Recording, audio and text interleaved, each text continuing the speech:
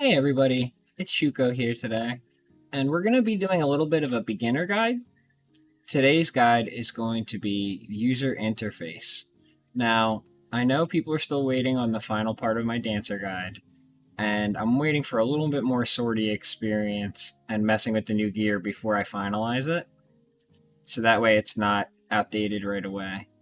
So instead I figured I would talk about the user interface for new players.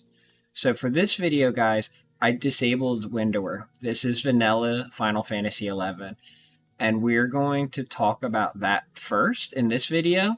And then part two will be the Windower setup that I use, how to set up add-ons, how to set up DG Voodoo, etc. But for today, we're going to explain the user interface. So maybe people have been watching my videos who are Final Fantasy XIV players might understand a little bit more of what's going on. For some reason, I've noticed a lot of 14 players have been watching my videos, and thanks, guys. I appreciate it. Yeah, you're welcome. Definitely played 14. I like 11 a little bit more, though, because of its combat. So let me explain how the user interface works a little so you can follow us better, or if you're considering playing yourself. So enough ranting, let's get started. So first I'm going to talk about the chat bar. The chat bar standardly is right down here, and I'm a controller player, so I would use the Y button for this, but it switches between different menus. I can switch between my buff bar, my chat bar.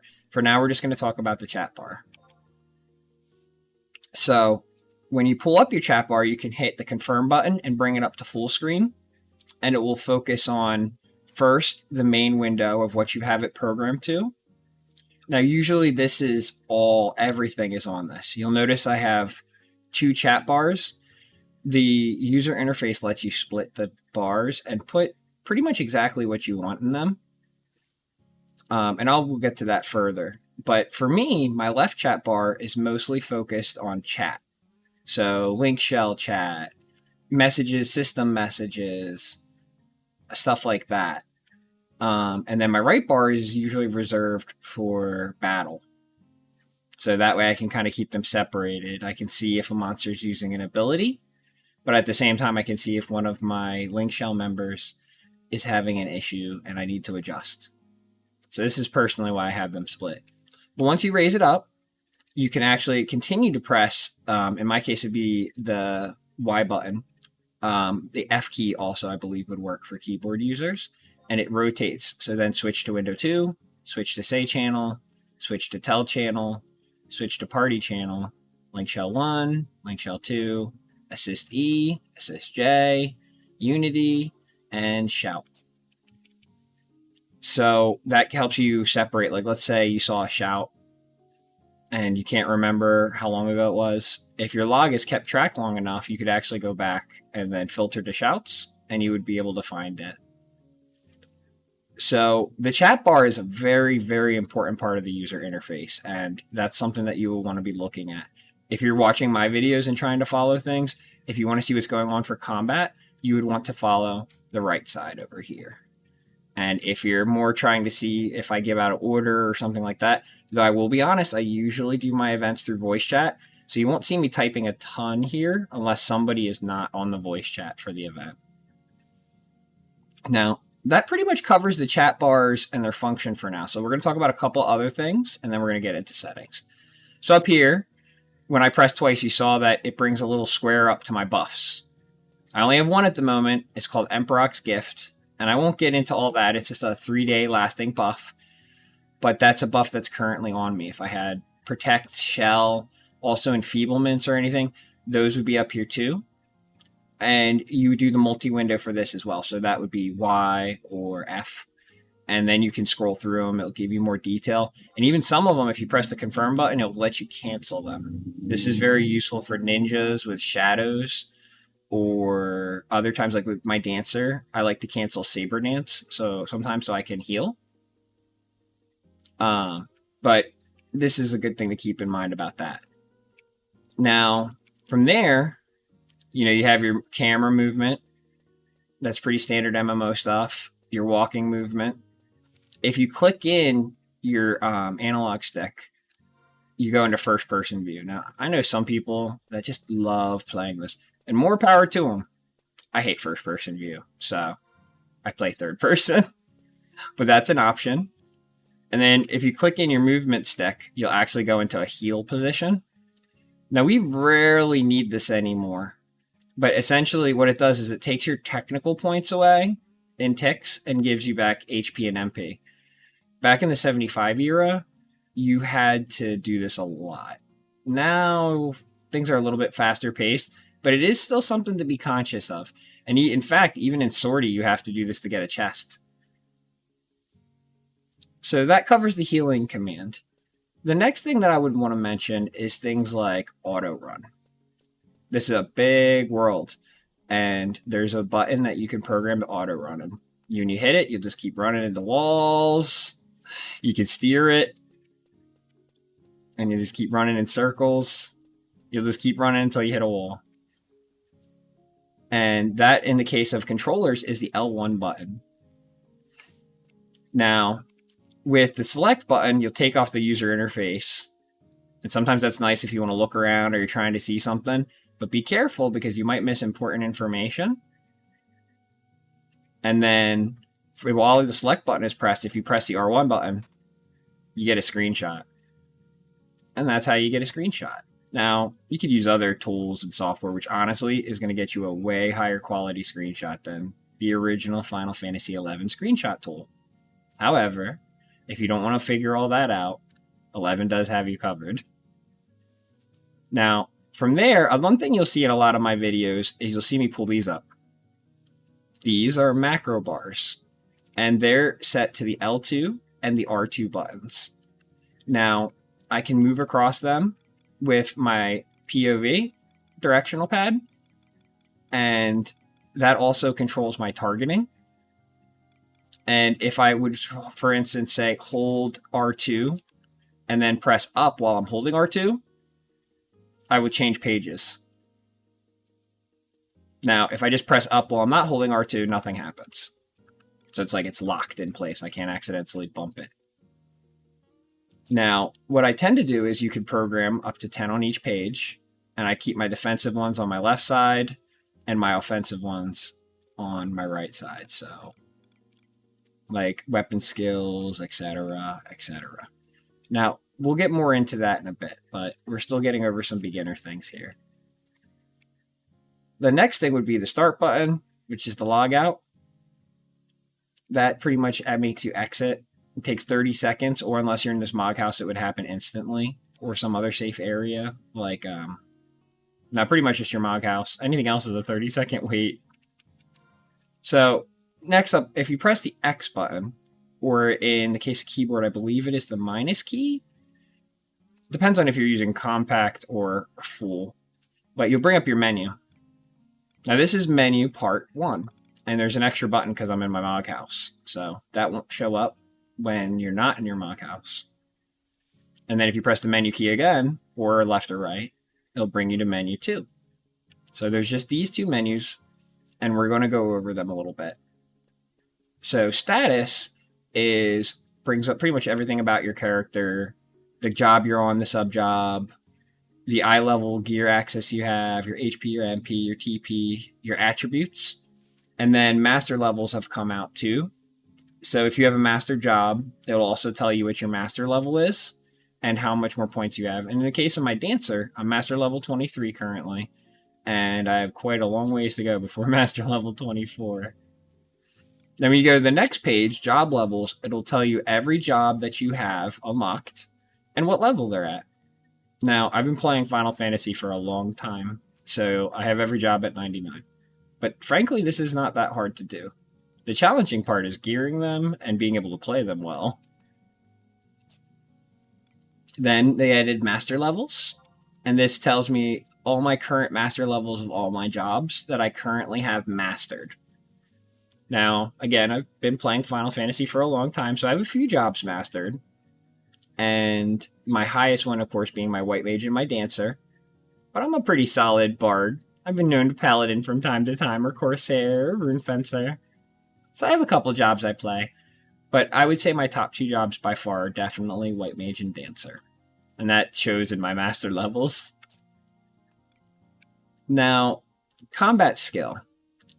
whenever you hit a monster, there's an accuracy, or whenever you try to hit a monster, there's an accuracy check. And that involves the accuracy of your gear, your stats, the accuracy or the evasion of the monster. But then it also relates to combat skill. And when you hit a monster, there's a chance you get a skill up. All these have caps, and different jobs have different skills. So like my dancer has the highest skill in dagger, and you'll see high parrying, evasion, throwing. These are essentially the things that dancer does best. And when you see them in blue there, that means they're at the cap for the level you're currently at. So usually it'll just be white letters. And then you'll see some other weird stuff in there like sword, axe, katana. We'll get to that in a bit, but those are merited abilities. Next, going down to combat skill, same thing, except with magic. Now, in this case, I'm sub-paladin, so I have a tiny bit of divine, enhancing, and healing skill. And then everything else is at a base 16, which we'll get to in a sec with the meriting. After magic skill will be crafting skill. Now, this is something that I'm a little bit of a slacker on. Back in the 75 era, I did skill up cooking to 30. And that was about it. I messed with a little bit of synergy here and there. But our server has some of the best crafters. And I've never found the need to skill up crafting as of yet. Then, after crafting skills, you'll see currencies 1 and 2. This is where things kind of get confusing. And this changes frequently. But it tries to keep track of all of those different types of points that we have. Now, there's so many different types of content, login points, ram's tail stored. I'm not going to explain all of these. But just know, if there's a point system and you're unsure how many points you had from the last time you did that content, it's probably in currencies 1 or 2. Now, the latest one you would see here is Gallimaufry, and that's from Sortie. So sometimes they do add it for us and make things pretty nice. Next, going down to Unity. And you'll see Unity info. That seems to be taking a moment, but usually that'll tell you what rank. Oh, here we go. I'm in the Sylvie Unity, and it's rank 1 at the moment. Its partial rank results is a little bit low still. Then it measures my personal evaluation from last time and where I'm at so far. And then you can turn on the Unity chat on or off from here as well, if you don't want to hear all those little messages about the dragons and stuff. Then ranking info, and tell you where everybody's at and their points totals. And then the partial ranking results too. Now, what Unity does as a bonus is some of the gear you get from Unity is stronger if you're in the top Unity, which is why I'm in Sylvie. However, there is a reason you would want to be in the lesser Unities, and they get more points faster. So if you're really trying to grind out points, you might want to consider one of the lower tiered Unities just to get points easier. And then you see Unity lists. You could look up players based upon Unity. I'm not going to really do that. Playtime. Oh boy, I don't know if I should hit this button. This will tell you how many hours your character has been logged into Final Fantasy XI. 1,037 days, 14 hours, 17 minutes, and 6 seconds. Now granted, I leave Shuko on a lot while I'm sleeping, and for bazaars, etc. So that's not all playtime, but some of that is playtime. Then we come down to these last two. Merit points we'll talk about first. In merits, first buttons you'll see is mode switch and categories. EXP means that if you're over level 75, prioritize getting points for not de-leveling first, and then when your experience points are capped, put any excess points into limit points. Or you can switch it to limit points, and it will only work on limit points. I don't like that as a setting personally, because your de-level could creep up on you with enough death. You lose a percentage of points every time you die, and you could find yourself de-leveling, so not something I'm fond of.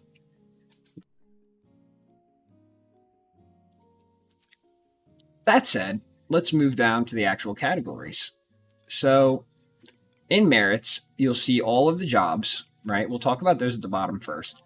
And they have 2 categories, and you can put 10 points into each category. Now, for some of these, some jobs It's like must have this, must have this, must have this. Some jobs have a little bit more flexibility. The meta changes periodically too. Sometimes you got to change them just for the fight that you're doing. So be conscious. This is one thing you're going to want when you get your job to 99.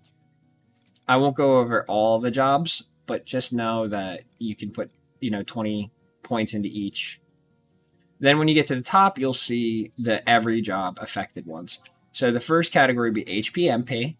Each one of these merits gives 10 HP or MP total. So you get 150 HP and 150 MP just from merits. And that is huge. Huge. I cannot express how huge that is. That makes you survive AoE sometimes and win the match. 150 HP can really be the difference. And if you're forced to have a certain type of gear on, you don't have a lot of room to manipulate your stats. And so this is a way to, get yourself to the top tier. Now, underneath MP, you'll see maximum merit points. When you first hit 75, you have access to 30. And you can't get more than that before you spend them. You can actually spend those merits here to get 45 level ups and be able to hold up to 75 merits per storage. Now, this takes a long time. It costs 20 merits sometimes to upgrade, or more to upgrade this category. So, a lot of patience. Going down to attributes, they all go up to 15. Now, this is something a lot of players neglect, and when they ask how I do so much damage, even though I'm a lower master level than them, outside of the gear and awareness, this is probably one of the reasons. A lot of people neglect this and will only put the stat that's most important for their weapon skill. But keep in mind, when you level up on a master level, these all go up by 1. So this merit menu essentially lets you get 15 free master levels, even if you're not a master job. So you want to upgrade these, and you want to take time. It's worth it, and it will make you much stronger. Even those stats you don't completely understand, they all add up. Going down one, you got combat skills and magic skills. And we're just going to cover these together. They all can level up 8 times, and they add 2 points. And this is why you saw 18 on a whole bunch of random stuff on my skill the other period. Same thing with magic. And so that will explain that. Now that lets you have a little more accuracy, a little bit more magic accuracy, and it is definitely worth spending the points to max that out. Going down, others. This you can only spend 10 points in, and there's always a heated debate as to where you should spend it. If you're a tank, you should spend on enemy increase, or if you're a healer, you should spend on enemy decrease. I play so many jobs that I do not manipulate my enemy. Instead, I raise my critical hit rate by 5, and I turn my spell interruption rate down by 10. Some people like enemy critical hit rate down. That's also an argument to be made, especially if you have no concerns with spell interruptions. Going down to the last one, weapon skills. Weapon skills, essentially, once you're 99, you can talk to the Moogle next to Matt, and there's another quest, and then you can spend points on weapon skills. Now, all of these are the Aeonic weapon skills, and when you use the Aeonic weapon, you get the maximum benefit from them. But if you're not using the Aeonic weapon, you can level these up to 5 to essentially get the same effect. Now, I like to at least have 1 point in each, so I have access to the weapon skill. Then, if something specialized comes out or whatever, I can always upgrade it later if I need to. But that pretty much covers all the universal, and the fact that there are job merits, like with Dancer, for instance. I've already talked about those in the past.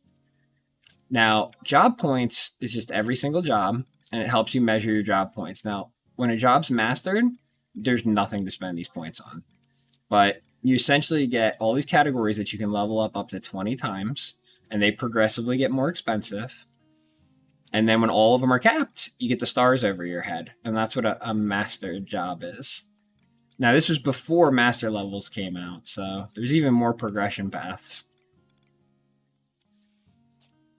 But that pretty much covers job points. One other thing I'll point out, I'll hop in here, is while you're looking at these, you can tap to the right, and it'll show you job gifts. And these are essentially bonuses that you get as you progress. Now, the 100-point one is usually pretty good for all jobs, and then the 1200-point one is usually pretty good as well. critical hit bonuses for warrior. So that covers the job points. Now, that was literally everything in status. We hit one button in its sub-menu. Are you tired yet? Let's keep going. I promise that was the hardest part. In equipment, it'll bring up the equipment worn. You still have a short attribute, your gil held, and then you can adjust your gear. Now, I rarely do it through here because my macros switch to different sets. But if you wanted to compare or see check accuracy, tweak, whatever, it's a good point to do it and start to add things up. Magic winds up having every... Oh, my... Which one's going off? Oh, there we go. There goes my timepiece. I like when my clocks go. It's so beautiful. Alright, getting distracted. Magic. Magic essentially winds up having every category. So white magic, this will include all the white magic, all the scholars light-based magic, paladin, everything's in here. Its cost, and assuming that you have the scroll. If you haven't used any single scrolls, this will just be blank. Black magic, songs, ninjutsu, summoning, blue magic. And there's that thing I said about scrolls? Yeah, blue magic's a little different. You have to get hit by the spell. Sure, some of you are familiar with that. Geomancy. Now, geomancers also can cast elemental black magic. That's not in here. This is just for their things that affect stats. The bubbles, the Luopons, the Indie Colliers. And then trust. Now, these are the summons of friends that you can bring out to help you in battle if you don't have any other players that are playing with you. Or if you're just trying to level up, etc., these guys can come out. And as you progress in missions, and sometimes there's events, you can get access to more. That covers magic. Items just goes through your inventory. The one thing I'll point out about this is you start off with 30 inventory. Or actually, I take back 50 inventory. And you can upgrade it up to 80. This is done through a Gobby Bag quest. And you have to find them all these crafted materials, and you can bring it up 5 inventory each time.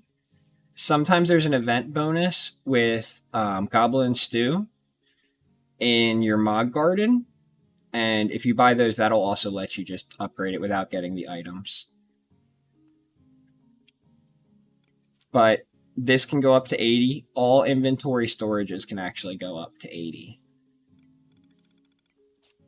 Next up, synthesis. Now, we've already talked about, I don't do a ton of that, but essentially you can come in here, it'll show your history of things that you've made. You can remake things like, yeah, I finished this Celestial Globe with the summer event. And that was the last thing I crafted, so it remembers that. And then you could select crystal, if you had crystals in your inventory, and then what you would be crafting. Abilities. This is where you would go to check your job traits for your main job and sub job and how they all stack. These are passive. Then job abilities would be the active job abilities of your sub job and your main job. Weapon skills. This would show all the weapon skills that with the weapon you have equipped currently, you have access to. Ranged attack. If you have a bow or a hoop or something, that would be how you throw it or shoot it at somebody. Mounts. Mounts is essentially a faster way to get around than chocobos, even though some of the mounts are chocobos. They added it so you could get around faster, and it's a big help, honestly. Pet command. Now, I don't have any pets on this job, but if you're a summoner or any of the pet jobs, your pet secondary commands would appear from here. Party. Now, there's a couple functions here you might be familiar with if you've played back in the day. Seek party. Puts a little green exclamation point on you. Find member. Does a little seek to see who's seeking in the game. Request. If you want to try to ask somebody if you could be in their party, this is a way you would do it. View request if somebody sent you a request. Auto group. This puts up putting a little red exclamation point on you, and if somebody invites you, You'll just automatically accept it. Languages, and this would tell what your preferred language is, in my case English. Alarm types. Now you can change what the bell would be if you get an invite or something to get your attention. I don't use any of these myself. Now when you're actually in a party, there's additional features here such as disband, focus target, where you can wind up having one of the targets be a focus, and alliance, and a couple of other features. Change leader if you're the leader and you want to give leadership to somebody else. Trade. Now that's simple enough, but when you would hit it, you go hit your target, hit them, it'll tell them you offer to trade, and it'll bring up the trade menu. Search. This lets you search the game by race, job, level, master level, ranks. You can pretty much search even by zone. So if you're going to farm a zone and you're like, I wonder if anybody's there, this is how you would do it. Link shell. This is where you can equip up to 2 link shells. I have my main on at the moment, Saints. And then if you want to put something else on 2, like I'm fans of the link shell cord as well. On my Sundays, we run tenacity events, so I put that on Sundays. And then sometimes I'll rotate other shells, but inventory is very tight, so I tend to rotate through them. Region info. Now this brings up the different regions from each expansion on the map, and it'll give you the status of who controls what. Like, right now, apparently Winders controls Gustaberg. I don't know how that happened, but Gustaberg's right outside of Bastock. And some things are controlled by Beastmen. You go down to Besieged, that shows you the Ottergon area, which is the Empire here. And then it'll show you if they're training, deployed, or whatnot. And that would be the Beastmen that come to attack the city. In campaign, it winds up pretty much bringing you back to the other map you saw, except it's in the past. And it'll let you know, the influence levels that each area has, if something's in battle, etc. Colonization is for the Seekers of Adeline, and that'll pretty much tell you if everything's at level 8 or not. We mostly these days have everything capped, but back in the day this was a little bit more involved. Different maps would change, some NPCs wouldn't be around, etc. When we go to part 2, you have missions, and this is just the tracker for your missions. It'll tell you how far you've gone, if you get stuck, etc. And it'll also track your assaults. Quests, this is for the non-mandatory stuff, and this is also where you would access records of eminence. Now, if you're a new player, I would highly suggest you get involved in here and go to Tutorial Basics and hit all of these. Okay? You get free trusts, you get lots of things. You get coupons for free 119 gear, and it's a big help in the beginning. But there's other things, wide area, for hitting, vanquishing. 2 I like to keep on all the time is deal 500 and vanquish multiple enemies 1. These are renewable and will keep giving you points.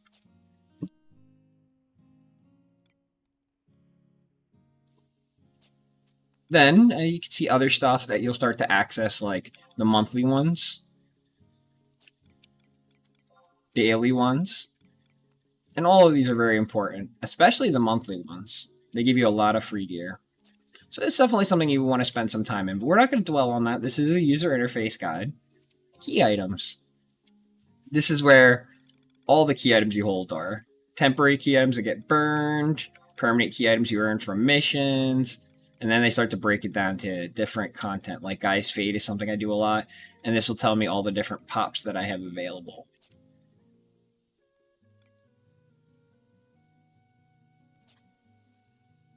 Then we go to View House, and in View House, it'll show you all your storage boxes. Your storage boxes don't all come into access at once, but I'll explain briefly here how they work. MogSafe 1, you have 50 initially, and you have that right from the beginning. It can be expanded up to 80 via 3 quests, and this is where you essentially help your Moogle over here go on vacation and take care of some things. MogSafe 2 is unlocked by getting the secret exits of all 3 of the main cities. And then when you talk to the Moogle, he'll be like, I've unlocked that upstairs. And you'll have access to MogSafe 2. And that starts at 50 as well and can be upgraded to 80, and it is tied to the limit of MogSafe 1. Storage can be up to 80 as well, and that is done by putting decorations down, and those decorations have storage values, and if you get up to 80, you can actually put 80 things in storage. Now, obviously, because of how furniture works, you'd want the furniture to have a higher score than 1, otherwise it's just replacing where things go. Be warned, you can only access storage from your Mog house. Mog Locker is from the Treasures of Ottergon expansion, and you wind up using their currency to unlock it and rent it. And you can upgrade it as well. It starts at 50, and it can be upgraded up to 80. Lots and lots of Ottergon coins. And you have to keep paying rental on this, but that's not that big a deal. I think I paid 2 or 3 years ago of 100 bronze coins, and it still hasn't asked me for more. Mog Satchel is something that you get from using the 2-factor authentication. And you don't have to keep it on. You can, I suggest for security that you use some type of 2-factor. But if you really just want to unlock the inventory, you can turn it on, use it once, log in, log out, and turn it off, and just keep the inventory bag. And that's 80 slots right away. Then the Mog Sack is something that you wind up getting from a Moogle outside. You pay... Actually, I can even show you where it is. Let's head to Bastock Markets. And you pay a certain amount. I believe it's 10K. And he gives it to you. And it's linked to your inventory limit. So you wind up being able to access 50 at first. But if you have 80, you'll be able to store 80. But it's this Moogle right here, the Artisan Moogle. Talk to him, pay him. If your inventory gets upgraded, talk to him again, and he will raise the limit of that. And then lastly, the Mog Case is a free storage that you get, and it's linked to your inventory as well. No catches, nothing. That being said, you'll see these 8 Mog Wardrobes. Square Enix gives you 2 for free. Any of the others after 3 you have to pay monthly for. So if you're not playing a ton of jobs, I would discourage this. But as you play more and more, and you play every single job, you start to need the inventory. Let's head back into the Mog House, and we can talk about a few things. But I did want to point that NPC out to you, because a lot of people don't know how much inventory you can actually get in this game. And how easy it is. So that's all the things in View House. Bazaar essentially winds up letting you set prices of things in your inventory. Mine's still loading at the moment. But you could set it. Your link shell icon would change to a bag to indicate that you have things to sell, and people could look at your shop and buy them. Edit comment lets you change the thing people see when they look at you or check you. In my case, I just show my best jobs, the link sell website, and brag points. But you could set prices of things. Like, let's say I wanted to change this to 1,000 and sell it. I'm not going to do that for very long, but you'll see I changed to a bag. I can check myself, and now I have a shop I could buy from. Or other people could buy it. This is pretty useful for some things that can't be sold in the auction house, or if your auction house is filled up. A lot of people hang out in Lower Juno to sell their things.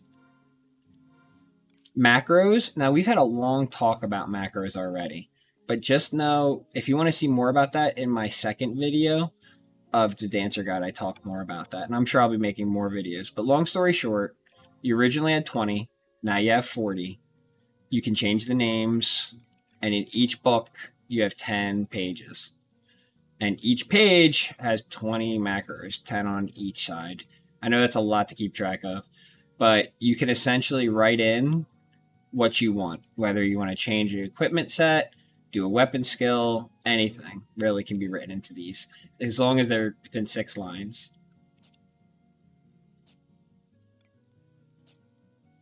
Equipment sets is the equipment sets I was telling you about from the prior line there, and you can program in what gear you want those to be, and then you can write that into the macro to change to that gear. It has a 1-second cooldown, so you can't change equipment faster than 1 second. You'd say, why would I need to? But as you get better at the game and your stats get higher. Oh, believe me, things go fast. Now, I'm going to get back to config in a second here, but let's jump down. You see the logout button, the shutdown button, current time, and that'll show you the current time in the game. I'm going to hit it twice so that you see in my lower left here, I can still see the Thunder's Day, etc. If you hit it, it goes away. See? So, I like to keep that up. But I'll tell you the game in-game and Earth time. Communication, it'll show you emote lists where you can look through all your emotes. And then the friends list where you can see your messages, you can change your online status, and you can look over your friends list. Now, help desk, there's usually just a bunch of guide stuff in here. This is pretty useful stuff. I would encourage you to honestly read through all of this even after watching my guide if you've never played 11. It breaks everything down. I mean, this is a lot. So don't worry about chewing all that homework out. If you watch my video, you'll have enough understanding to play. But if you're really trying to get into the nitty-gritty and understand every little detail, it's there. Mentor search will wind up searching the game to see if anybody with their mentor flag is up. I technically have mentor access, but I don't always have it turned on because it takes away my shell color. Help desk would be if you need to get access to a GM for various reasons, like if you see somebody cheating or violating the play online agreement, like aka 100 bots floating around Bastok or something. Honestly, most people ignore this, but GMs tend not to do much anymore these days, but once in a while, you'll see some action taken.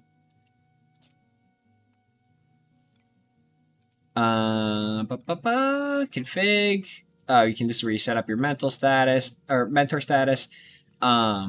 If you start the game, you'll have a little new adventure icon over you. And if you don't want that, this is also where you would go to take that away.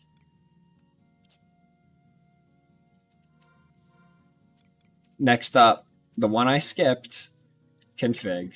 And that's because there's a lot here. We're going to start from the top. Gameplay, auto-target during battle. This is essentially something that makes you lock. It's mistranslated. It makes you lock into the target automatically when you pull out your weapon. Sound effects, music, gamma. These are all things you can tamper with. I like to have my music high. Inventory sort, I like turned on, and I like it at type 1. That makes it so that everything's based upon its alphabeticalness, I believe. Type 2 winds up organizing things by the order that you receive them. You can mess around with them, but that's a thing. Chat filters. This is where if you're getting spammed by too much messages and stuff, like I like to turn off special actions started on or by the party and keep off the effects.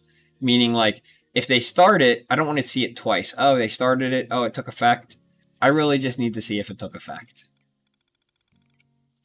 Special actions started by others. This is so essentially when you're in a zone boss or something, you don't get spammed by everybody's messages. But you can tweak with this. The one thing I would point out is for link shell, party, assist channels, you can set it to hold as well. And that'll try to keep it up to the top until you see it. It can't do that if you're getting tons of messages, but it's useful for sure. Font colors, you can change the font colors of everything and it'll demonstrate up on the top as to what that is if you don't like any of the default ones. For instance, I like to try to make my system message kind of purpley, so it's real bright and easy to see. And then if you break it and it gets too crazy, you can just hit default. That happens from time to time. Windows. Now, this is, you see I have the split log. This is how I do it. I have it split horizontally, but you could also have it split vertically like that. You can have timestamps in military time or not, or none. And then you can also change your window style.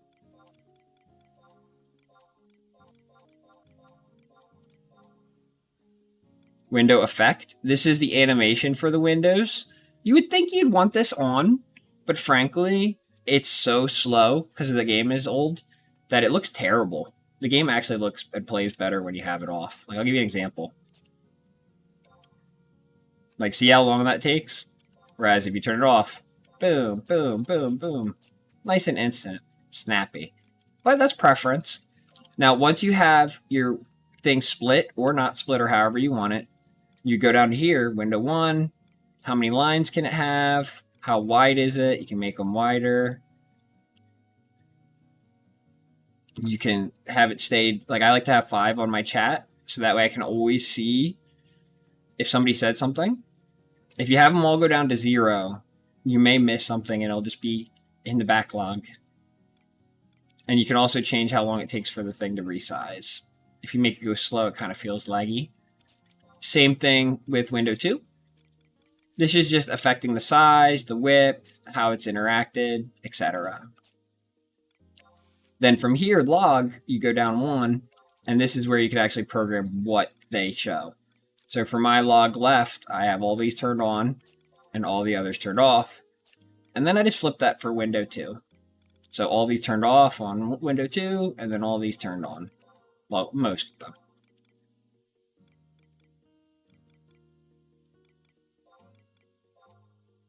I'll keep those for now. Little adjustments. So next you'll see system. These, honestly, I guess I'll turn off calls to help, but I like basic system message. If you break it or you don't like how you have it, you can set it to default. Very useful. We're going to jump down to global here before I get to the miscellaneous ones. In global, you'll see the chat language filter. If somebody drops the F-bomb or any other types of curse words or whatever, it'll turn them into comic book stuff. And then auto disconnect is if you're not moving your character or whatever, you can set the amount of time or it'll just disconnect your character. I like mine to off because I run a link shell and I like to see things. But if you're trying to save electricity, etc., or you have a limited internet connection that's metered, this could be very useful for you. Mouse and camera. This is where you control your mouse and camera setup. Mouse control is if you're clicking and making your character move, you can wind up setting it to follow based upon character or where the cursor is. I personally hate this setting either way. I wish I could just disable it. Screen edge panning, if you have that turned on, when you put your mouse to the edge of the screen, it would wind up trying to move your character. Hate it. I keep it off. Some people like chase cam where it tries to follow you. I'm not a huge fan myself, so I usually keep it to normal. And then I invert my third person camera. But that's just me. Preferences for each person. Effects. Okay, so animations play a lot in this game, whether you use a weapon skill, etc., whether your monsters use stuff on you. Sometimes things can get kind of crazy when you're doing like a whole server level thing. So I turn a couple of these off. Screen shaking I don't like. Non-party PC to monster. So this is like if a monster's fighting a monster, if an NPC's fighting a monster. I don't need to see those animations. Like, that can get laggy. Or party to monster. I don't like having to have billions of animations loading when everybody's trying to beat a hard boss. This makes things a lot more stable. So that I can see mine. I can still see in the log what they're doing, but I don't need to see spams and spams animations. However, depending on how you like it, you can affect those. One thing I will point out, and this is really, really important. You do not want monster to monster turned on. I know it seems like based on what I just said, you would want that so you don't get spam. Monster to monster turned on for animations, it prevents you from seeing procs. The blue procs, the white procs, all that kind of stuff. You won't see exclamation points over a character. And that's really important. So I would highly encourage you to leave that on. Now we're going to go through the miscellaneouses. Miscellaneous 1. Damage display. Do you want it just on the log? Do you want it on the screen? I like both. Character information. This is kind of keeps you a non or not, puts your name in blue. I don't like that. Shadows, depending on the quality of your PC. If you have a lower level PC, I would tell you keep it off or on normal. As you start to upgrade or you get better quality parts, you can keep high shadows up. Weather effects. I like those a lot, but same thing. If you got a lower quality PC, this is going to kill it. Character models displayed. Now, I keep this to a minimum. I keep this down, but you could turn it up. To me, I just want the game to run more stably. It'd still be a little bit beautiful, so this is an area I turn to minimum. And this is why you'll probably see people blink out in a lot of my videos. That's because I want to maintain 60 frames and keep the capture looking good and stuff. Icon type, you can change from the old icon or the new. PC armor display, normal, is pretty much you'll see everybody what they wear. If you go to static, it'll change everybody into default gear. It's kind of sad. Everybody just looks like there's a bunch of defaults running around. Miscellaneous 2 winds up going into the clipping plane. Now, this is something that I would tell you to keep at max. If you turn it down, things start to get really dark unless you have the gamma max in the game. Footstep effects are beautiful. Sometimes you walk on water, the splash, or some of the endgame areas have really neat effects as you walk on the ground. Animation rate, I keep it maxed. Honestly, if you turn this down, it like puts other players' animations to like 5. It's really disgusting looking. It's real bad. Keyboard size. I like compact 1 myself, even though I use a full-size keyboard, but I've been used to it because I used to play on a laptop for years. It's an old habit to get out of. But they all do have different settings. So like when you move over to compact 1, it'll tell you, and you can change them too as to what the buttons do. Compact 2 and full. The compact 2 is more designed for like a mouse and keyboard hybrid. Full is a big full-size keyboard. A little easier to chat on. Background aspect ratio is pretty self-explanatory. You can make yourself fatter or thinner. No, I'm kidding. It depends on the type of screen you have. I like 16:9 myself. Movement key assignment is where you can change what keys do what. Now, there's not as many controls as you may think in Final Fantasy XI, so it's a little easier. I personally play with a controller because I think it's faster. Macro palette size. You can make it smaller or bigger depending on how much you want on your screen. It's still 10 buttons. It's just smaller buttons. Macro palette position. Dynamic and static. Now what that means is, you see how I pull this up where it is? Sometimes I'll move a little to the right if my menus or things are up. I like it to stay in the same position, so it seems to add a little bit of lag. So that's why I keep that. Going into Miscellaneous 3, you'll see weapon effects. Some weapons glow, some weapons are on fire. If you have a lower quality PC, you may want to turn this off, but it's cool if you can get it to load. Style lock. I have mine locked into my favorite armor, but it's not something you have to do. It does make you much easier to target for buffs and healing, and I get really annoyed when people are blinking constantly. Area display. This is not on by default, and I would highly, highly encourage that you do so. It winds up letting you bring a little blue aura around your target so you know who it's actually going to hit, whether that be enemy or friend. Target expressions. Party icon display, timer display. I don't think that's on by default either, but you should definitely have that on. And then furniture camera collision. So that's if you want to actually stop when you try to run into these furnitures or just run through them. Under Miscellaneous 4, you just have the software keyboard that you can pull out and type with the mouse. Assuming, like your keyboard broke or something, you need to send a message real quick. So that pretty much covers the config. And that's everything in the menu. There's a couple other things I would like to point out with my mouse. You'll see my HP and MP is down here. It goes up to here, and then that'll be up to a 6 party when there's 6 people. And then it'll even go all the way up to here when there's up to 18 full players. Their HPs and their MPs are displayed, and you'll be able to see those. But other than that, that pretty much covers what's in the Final Fantasy user interface when you're not fighting.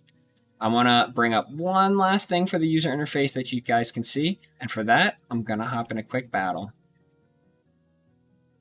We're not fighting anything hard here. I'm just going to beat up a turtle.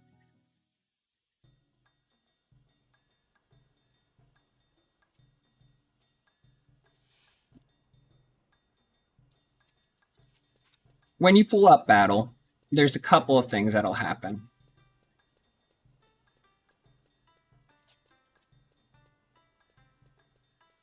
You have menus on your right that change slightly, and different things that you can select easier. Let's go to Morimar Basalt Fields. There's a bunch of turtles right by that crystal.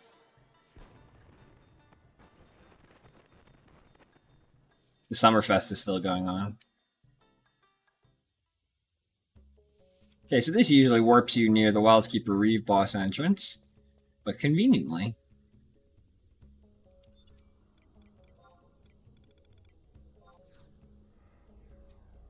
Just going to summon a couple trusts so you can see how that looks. So you see how it adds names. This yellow dot next to me says I'm the party leader. There's 2 dots if you're an alliance leader. I'm just going to go target this guy over here. Pull out my weapons. Now you see switch target, magic, abilities, trust, items, disengage, and check. So check first will tell you their level. Incredibly easy.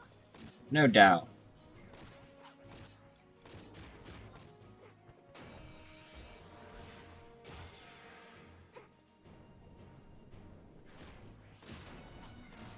Now, you see switch target. If I hit that, I get a little blue marker, and I can change between these targets. So I'm going to change to that one. Or I could change over to this one. Simple enough, right? Magic, all the magics I have access to currently with my job combination.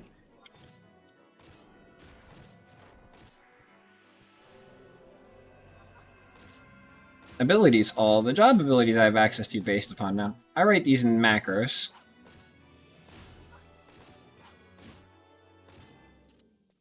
Oh, kill them fast, Shuko. Okay. Trusts, you see me go in there to summon trusts. Easy enough, it's like a summon for a summoner.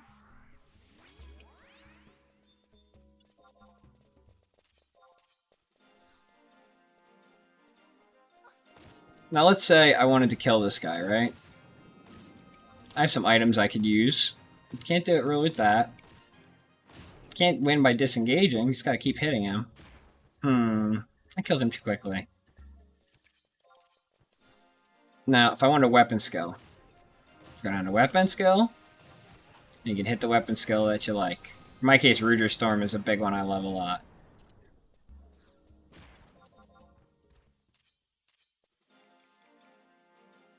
But that pretty much summons all the different menus, all the user interface for a vanilla Final Fantasy XI. I wanted to show you guys kind of where the menus were, where things lead, what they do, and I think this video has been long enough for today. So, this is all for part 1 with vanilla. In the next video, I'm going to talk about Windower and some of the add-ons you see in some of my videos, like the equipment viewer, the party detail viewer, the zone timer, skill chains. There's a lot of information add-ons I'm very fond of. And in that one, I'm going to go into some of that. And if we have the time, I want to get into how to install those and DG Voodoo even as well to make this game run wonderful. Well, thank you so much, everybody, for watching. I hope I wasn't too boring. And I'm going to be trying to do more of these guide videos. So let me know what you think. I know this one is a little bit more beginner-friendly, but remember, everybody who's experienced, the best way to make this game bet great is to bring new players. And if new players don't know how to play, they can't enjoy this game. So I'm trying to do that. I'm trying to bring in people to see this wonderful game that I've loved for so many years and maybe help them understand how it's played. Thank you so much, everybody, and I hope to see you next time.